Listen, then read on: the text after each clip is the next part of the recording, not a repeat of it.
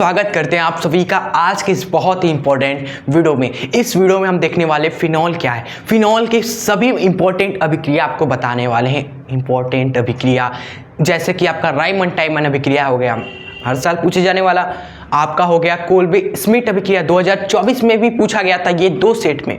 तो स्टूडेंट्स आपको और भी बहुत सारी वही अभिक्रिया बताने वाले हैं जो आपको नोट करना है और उसको ही आपको प्रैक्टिस करना है और बिल्कुल आसान तरीके से आपको हम समझा कर बताएंगे। ऐसा नहीं कि लिख दिया अभिक्रिया रट लीजिए, नहीं, आपको पूरे कॉन्सेप्ट के साथ अभिक्रियाएं समझाएंगे। क्लियर? और आपको बता दें ऑर्गेनिक केमिस्ट्री में 3 ही चैप्टर स्टार्टिंग के, उन चैप्टर के अभिक्रियाओं को ही आपको अच्छे से प्रैक्टिस करना है। फिर आपके क्या होता है जब कैसे प्राप्त करोगे, इसमें धुरंधर बनने से आपको कोई नहीं रोक सकता। यस, 3 चैप्टर फोड़ कर रख देना है, ठीक है, अभिक्रियाओं को।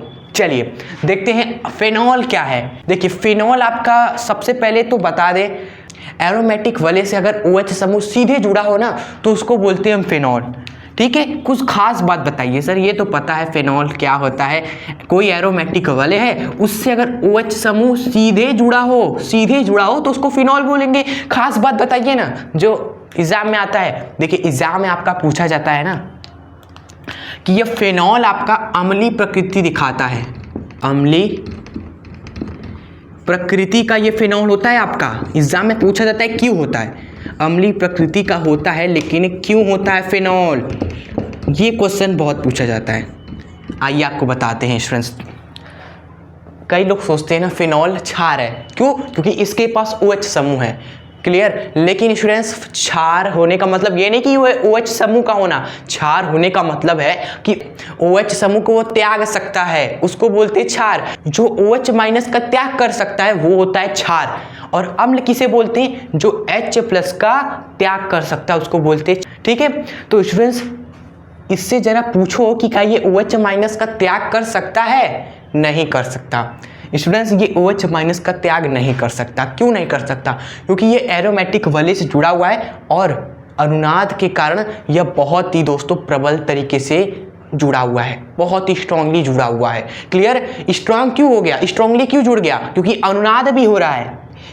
ऑक्सीजन के पास जो इलेक्ट्रॉन्स या युग्मित ये दोस्तों अनुनाद करते हैं इस वलय के साथ और एक स्ट्रांगली बंध बना लेते हैं, स्ट्रांग बॉन्ड बना लेते हैं इसके साथ। क्लियर? इसलिए त्याग OH माइनस का नहीं कर पाता है। ठीक है, लेकिन यह हाइड्रोजन H+ का त्याग कर देता है आसानी से, क्योंकि दोस्तों हाइड्रोजन आपका ऑक्सीजन से जुड़ा हुआ है ना, OH आपका बेंजीन से जुड़ा हुआ है और अनुनाद के कारण बिल्कुल प्रबल तरीके से जुड़ा हुआ है। लेकिन जो हाइड्रोजन है वह केवल ऑक्सीजन से जुड़ा हुआ है, इसलिए दोस्तों इसको त्याग करने में कोई दिक्कत नहीं है, हाइड्रोजन आराम से निकलता है और इसी कारण यह बेंजीन अम्लीय प्रकृति दिखाता है, क्योंकि हाइड्रोजन का आराम से त्याग कर सकता है, OH का त्याग नहीं कर पाता, OH समूह का त्याग नहीं कर पाता।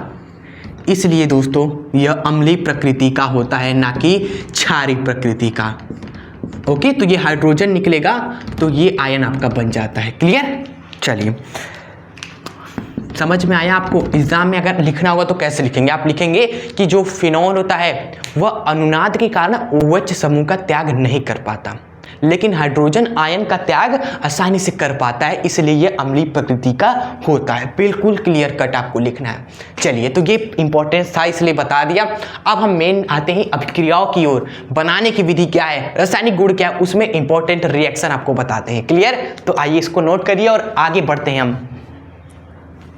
तो स्टूडेंट्स आइए हम देखते हैं फिनॉल बनाने की विधि के कुछ अभिक्रिया है इंपॉर्टेंट जो आपको पढ़ना है बस, और इंपॉर्टेंट अभिक्रिया है आपकी। तो सबसे पहला आपको बताते हैं जो कि बहुत इंपॉर्टेंट है, फर्स्ट वाला।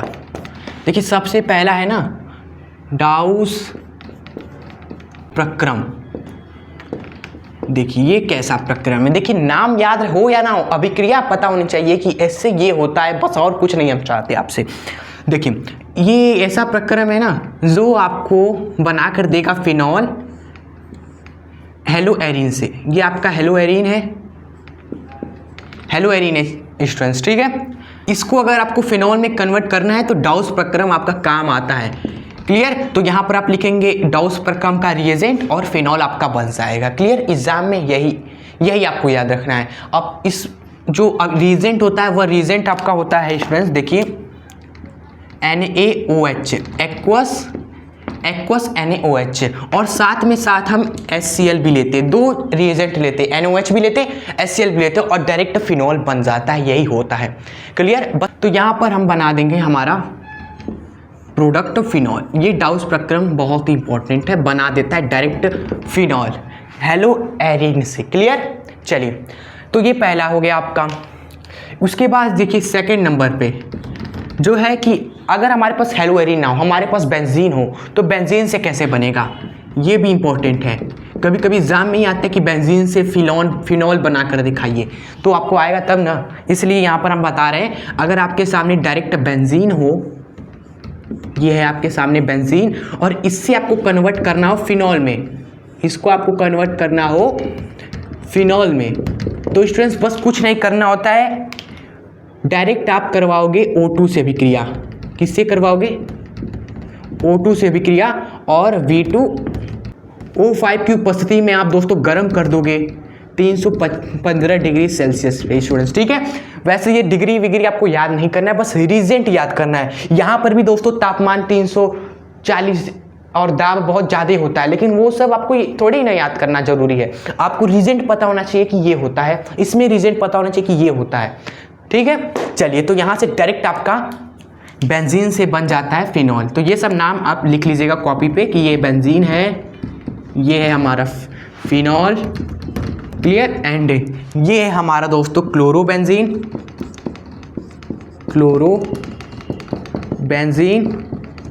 और ये है हमारा फिनाल। ठीक है? चलिए, अब हम आगे बढ़ते हैं और रिएक्शंस की तरफ।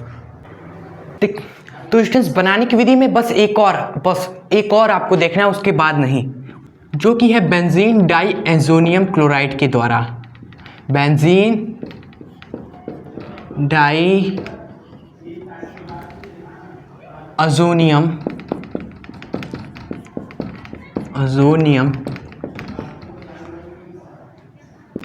क्लोराइड के द्वारा। देखिए, ये भी है, बस आपको देखना ही है, जो हमने स्टार्टिंग में 2 बताया ना वही यूज़ होता है ज़्यादातर, ये भी बहुत कम यूज़ होता है, लेकिन 2 बताएंगे तो अच्छा लगेगा, इसलिए कहा 3 बता देते हैं जरा।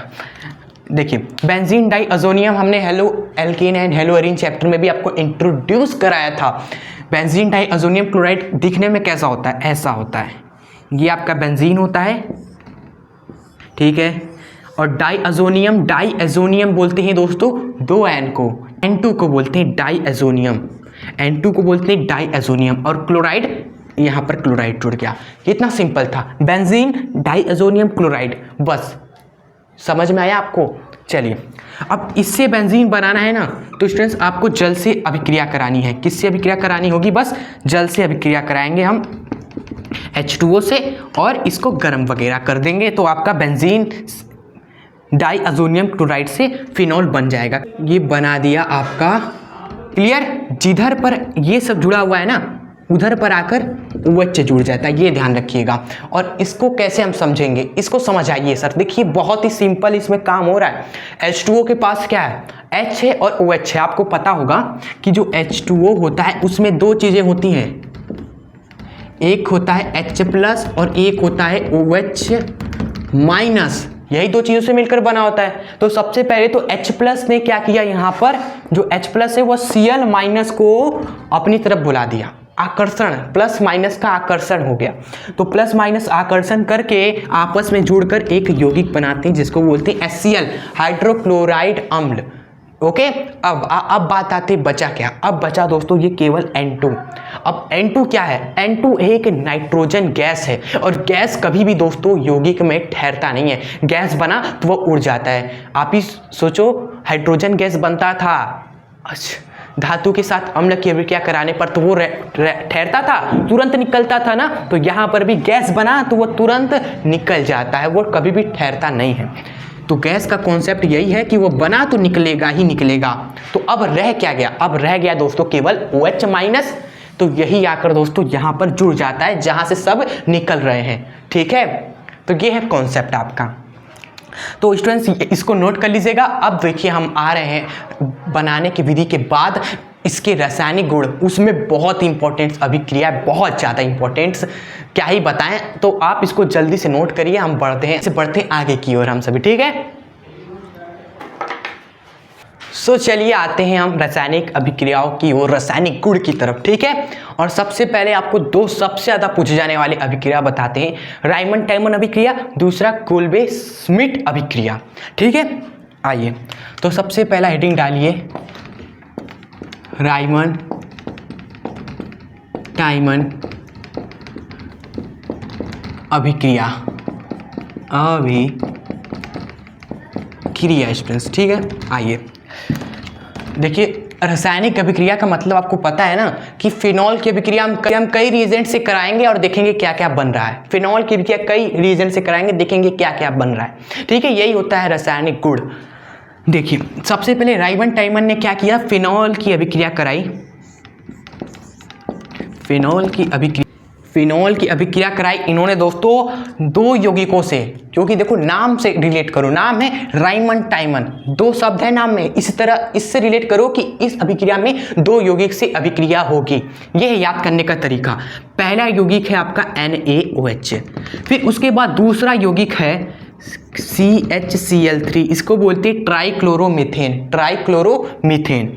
इन दोनों से अभिक्रिया कराई, वो भी तापमान कितना था, 67 डिग्री सेल्सियस था। ये तापमान आप याद रखिएगा, क्योंकि रायमंड टाइमन अभिक्रिया लिखना होगा ना तो आप यही लिखेंगे कि फिनॉल की अभिक्रिया जब सोडियम हाइड्रोक्साइड और ट्राइक्लोरोमीथेन से 67 डिग्री सेल्सियस पे कराई जाती है, तब दोस्तों आपका जो प्रोडक्ट बना वो क्या बना, सैलिसैल्डिहाइड का निर्माण होता है। ये देखो लिखने वाली चीज़ें हैं जो हम आप पर छोड़ते हैं हमेशा, क्योंकि देखो लिखना एक आर्ट होता है जो आपको अभी सीखना पड़ेगा, तभी एग्जाम में आप कॉपी भरोगे। तो ये बन गया हमारा सैलिसैल्डिहाइड, इसका नाम है सैल्डिहाइड।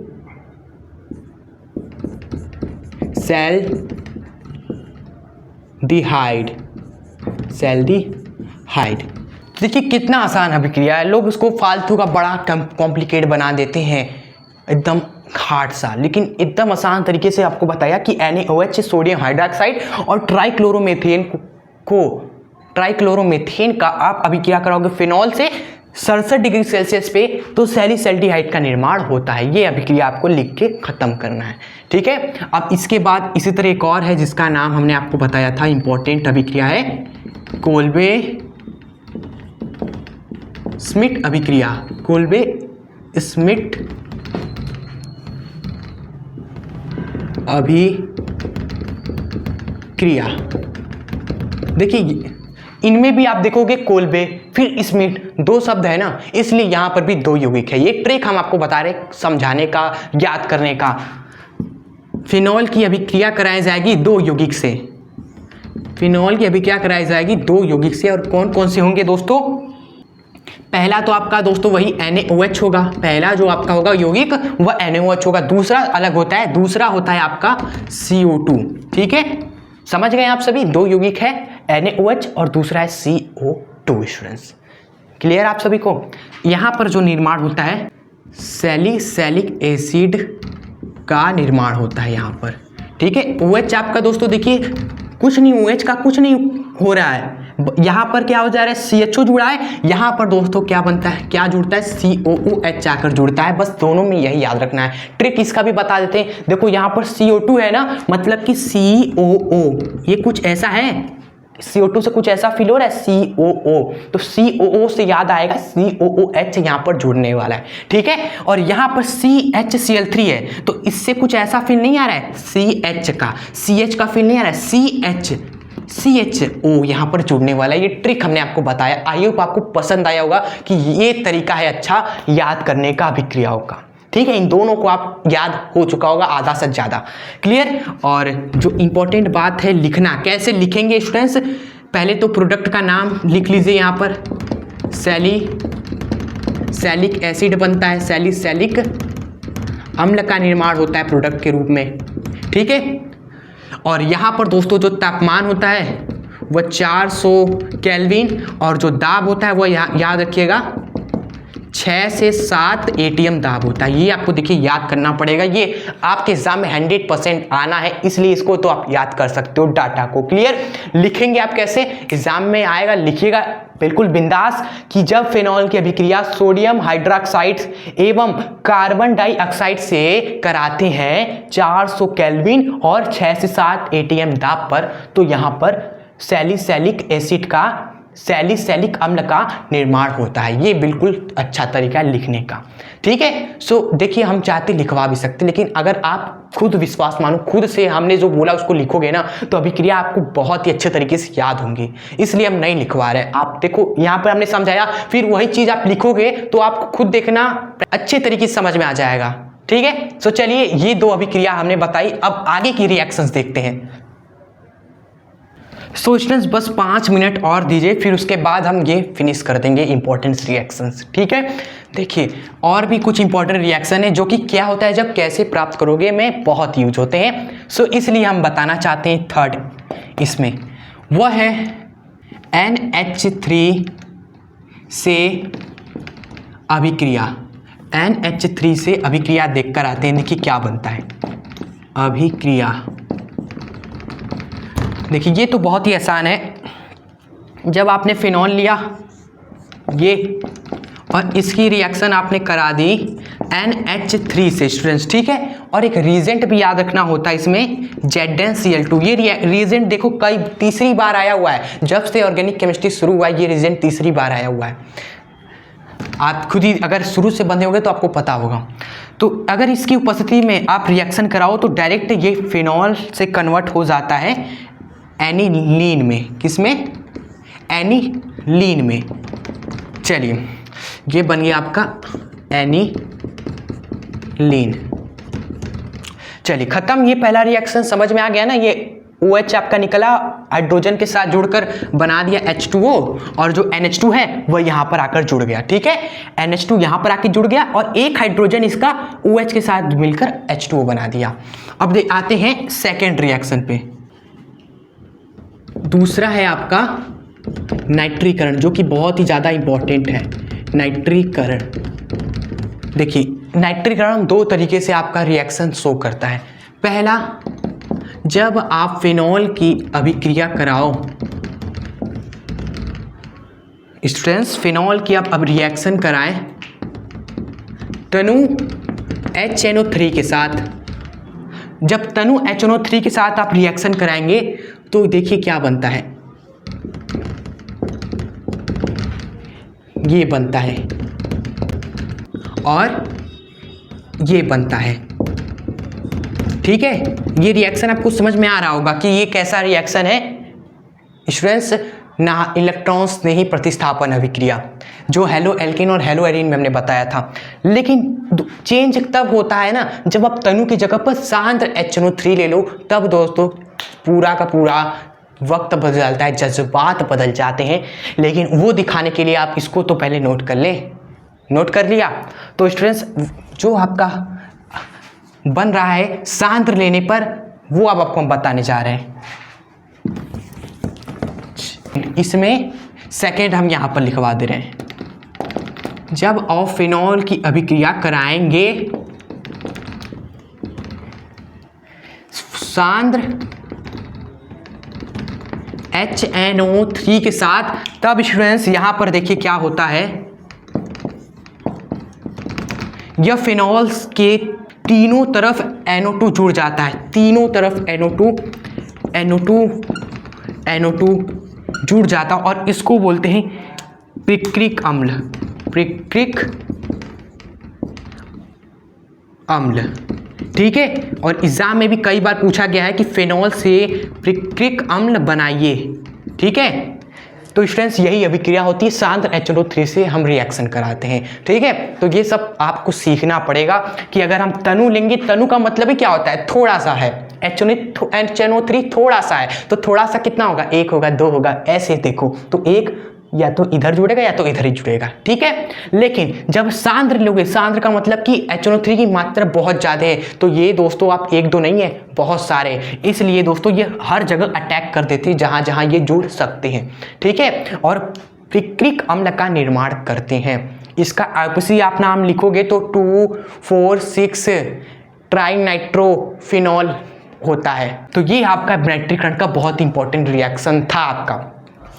अब देखिए एक रिएक्शन और आपको बताते हैं, 2 रिएक्शन 3 रिएक्शन और है, बस छोटे छोटे हैं जो कि क्या होता है जब कैसे प्राप्त करोगे में फंस जाते हैं आपके सामने।